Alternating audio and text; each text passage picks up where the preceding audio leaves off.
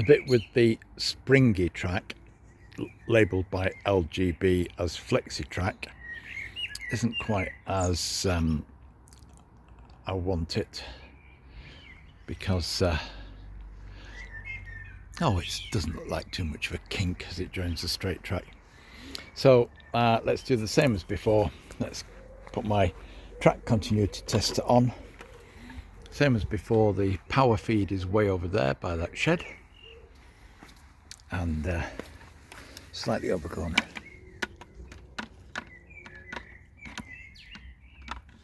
Track.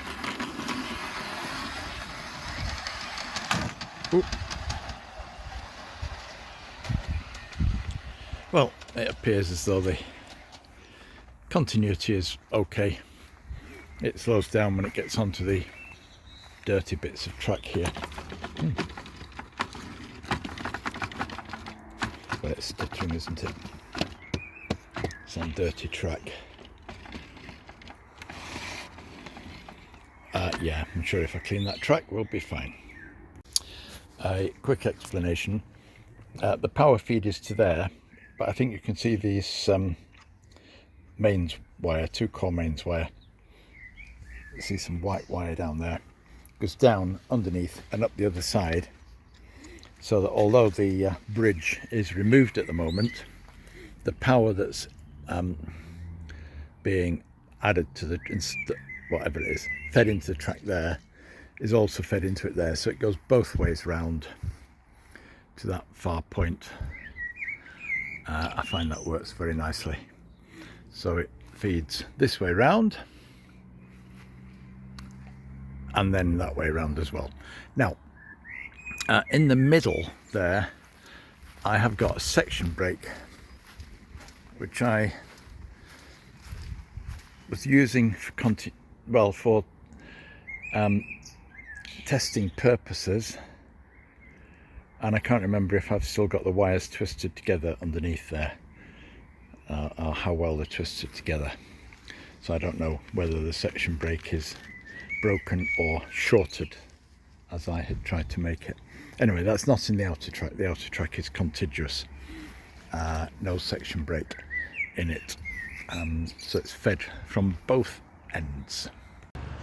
2 locos on the track for a bit of testing before we start any electrical running. We've in a previous video you may have seen live steam going around, but live steam doesn't need clean track or got good continuity. So I'll just tell you about these 2 locos. We saw Thomas yesterday. That's good as a track continuity testing loco. That will tell me wherever there's problems with electrical continuity.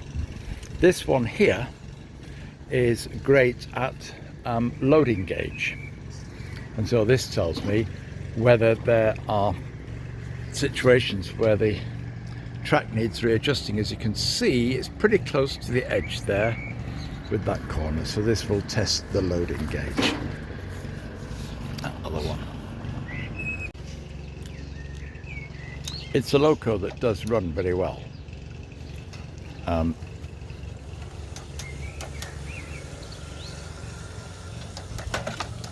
Ooh, bit tight there, but there we go. Ooh, just touches that wire. So that will trundle round and tell me if there are any parts of the track.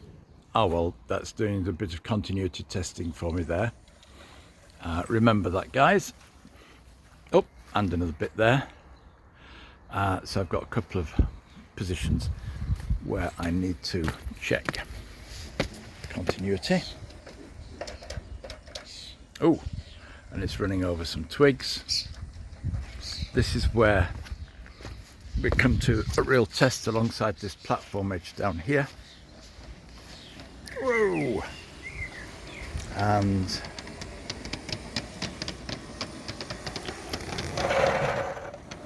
you heard it catch there. And what I can do here, because the platform is overhanging, oh, it just touches the back corner there.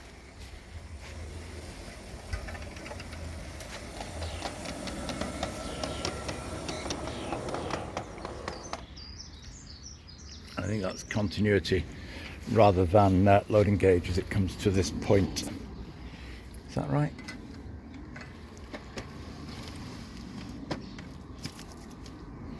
Yeah, that's continuity there. Something.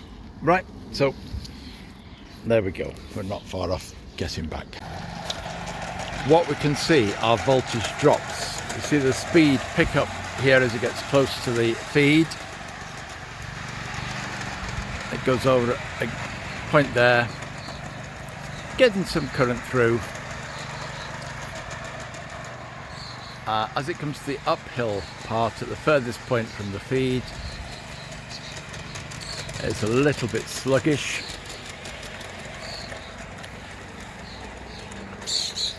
But it does make it